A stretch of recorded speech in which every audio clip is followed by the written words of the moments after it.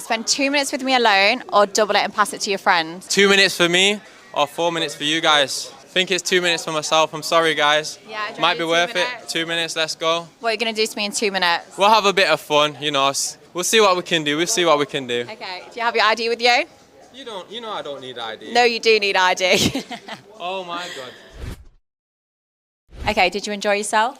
Yeah, very fun. Quite wholesome, to be fair. Quite wholesome. Not what you would expect. Better, plus more. So it was a good thing that I'm not what you expect. Yeah, it was a pleasant surprise. And how long did you last? Oh my God, if you see the recording, don't forget to subscribe. Bonnie Blues, OnlyFans, you'll see everything. Timer was on. Did you need longer than 2 minutes? Did not need longer than 2 minutes once you got to it. Oh my God. Make sure you watch it.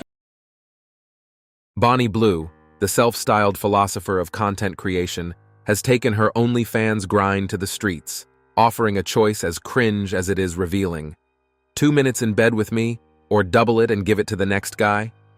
The question isn't just a bizarre social experiment, it's a parody of dignity in the digital age.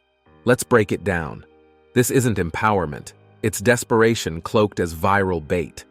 Bonnie isn't redefining confidence or flipping the script on societal norms. She's doubling down on a warped sense of validation that thrives on shock value. What's next?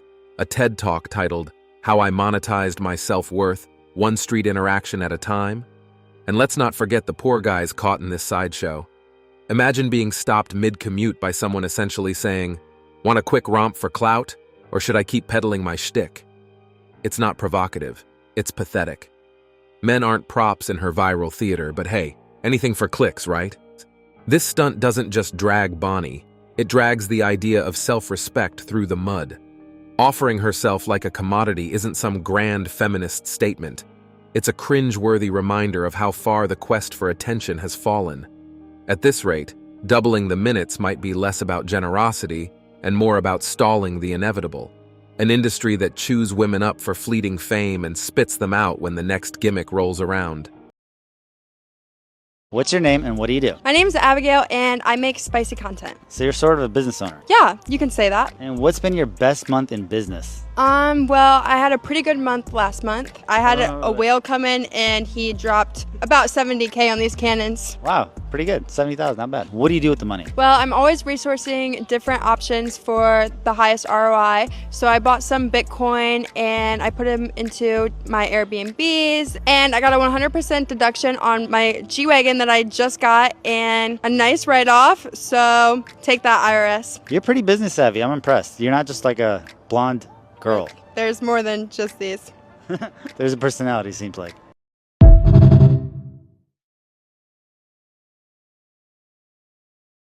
This stuff with the OnlyFans models need to be made illegal. It's like Bonnie Blue lit a match, and now every young woman with a Wi-Fi connection and a ring light thinks she's the next big thing on the empowerment circuit. The Bonnie blueprint is simple. Trade dignity for shock value, slap a hashtag on it, and call it empowerment. The result? A conveyor belt of wannabes peddling the same tired gimmick, desperately hoping to cash in before the market for, "Look at me, I'm different," hits rock bottom. The real tragedy here is how painfully unoriginal it all is. Women used to dream big, breaking barriers, building empires, creating legacies. Now, the dream is apparently to go viral for 15 seconds by offering themselves up like commodities in some street theater version of OnlyFans.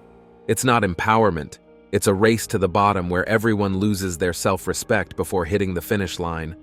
And let's talk about how hollow this trend is. What's the long game here?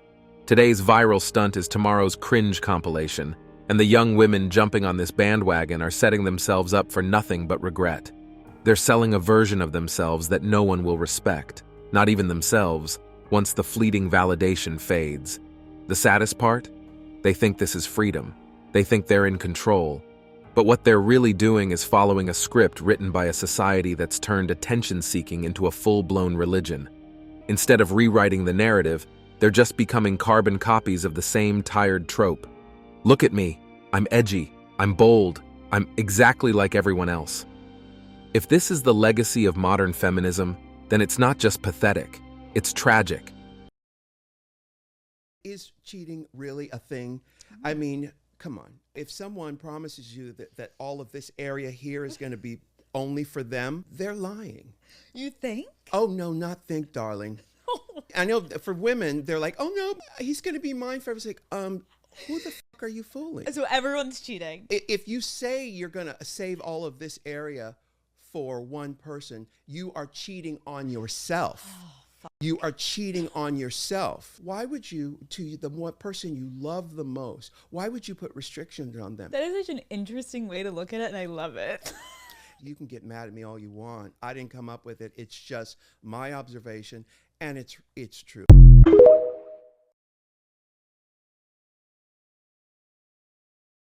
I don't even know what to say about this. Don't even know if that's a man or a woman.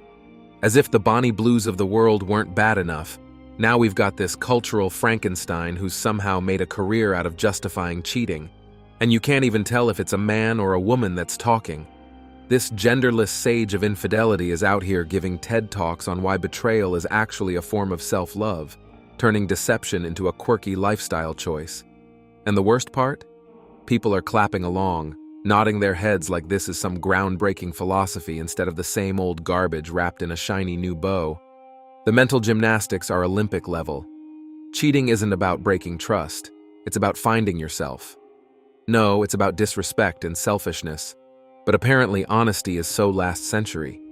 This person has somehow twisted cheating into an act of empowerment, like lying to your partner is the ultimate form of self-expression. And judging by their growing fan base, this nonsense isn't just tolerated, it's celebrated. And this, tragically, seems to be the pinnacle of what's left of American culture. Once upon a time, this was a society that prided itself on innovation, creativity, and building something lasting. Now, it's been reduced to OnlyFans stunts, viral infidelity apologists, and a race to see who can degrade themselves the fastest while calling it progress.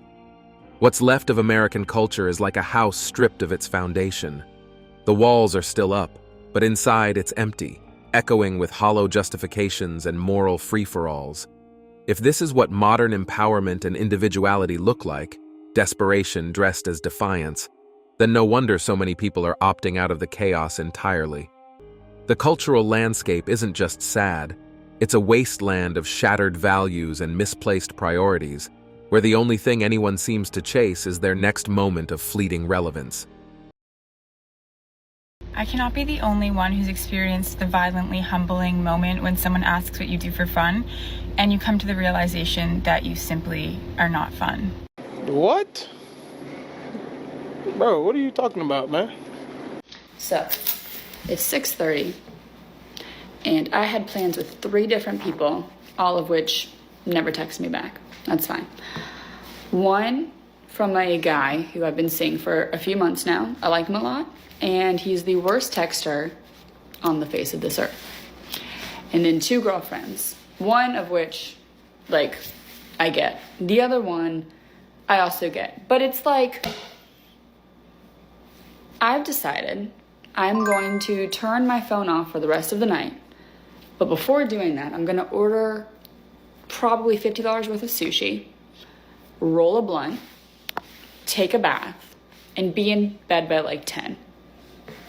Is this what 30 is like? Like, what the fuck? If you're newly single or just like getting back out there and dating, I need to tell you something, which is there is always another guy around the corner. I really struggled with this when I started dating again. I was in an 8-year-long relationship my entire 20s. We were married and I got divorced a couple years ago. And I knew it was so irrational, but every time I'd meet a guy who I was attracted to and interested in, I would have this feeling and this fear of like, what if this is the last guy? Like, what if this is the last guy that I'm attracted to? And if I let go of this, there's just like nothing else out there for me. And obviously it just like all comes back to like having a scarcity mindset versus an abundance mindset. But I'm just here to tell you, a couple years into dating, there is always another great guy around the corner. But you have to let go of the last one who's like not doing it for you in order to meet the next one.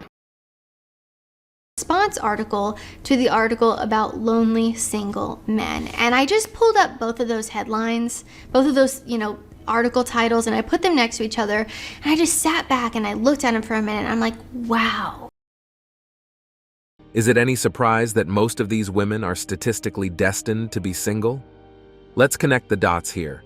When your entire personality revolves around monetizing attention, chasing clout, and justifying toxic behavior, you're not exactly setting yourself up for long-term relationship success. These women are trading short-term validation for the kind of stability and commitment that builds a real life. And the numbers don't lie. Studies consistently show that women who prioritize careers over relationships, or who embrace this hyper-individualistic, "I don't need a man" mentality, often find themselves single later in life. Add in the rise of OnlyFans culture and shameless cheating apologists, and it's clear why so many men are opting out of the dating game entirely. Why invest in someone who's essentially treating relationships as a side hustle while chasing likes, subscribers, or empowerment via infidelity? The sad truth is that the behaviors being celebrated today are the very ones that statistically lead to loneliness tomorrow. The Bonnie Blues of the world, and their countless imitators, may enjoy their fleeting moments of fame, but when the applause dies down and the cameras stop rolling, they're left with nothing but an empty inbox and an expired dating pool. Men are taking notice too. They're not blind to this cultural shift, and many are deciding it's not worth the headache. After all, why settle down with someone whose main goal seems to be self-serving theatrics rather than building something meaningful together? So these women can keep doubling down on their freedom, but freedom without accountability isn't empowerment. It's a fast track to being statistically single and chronically unfulfilled. And that's it for today on Sigma Traits. Make sure you hit that like button, smash that subscribe button, and don't forget to ring that notification bell. Support this channel through membership. You can also support through PayPal, link in the description. Let us know your thoughts in the comments below. See you all tomorrow.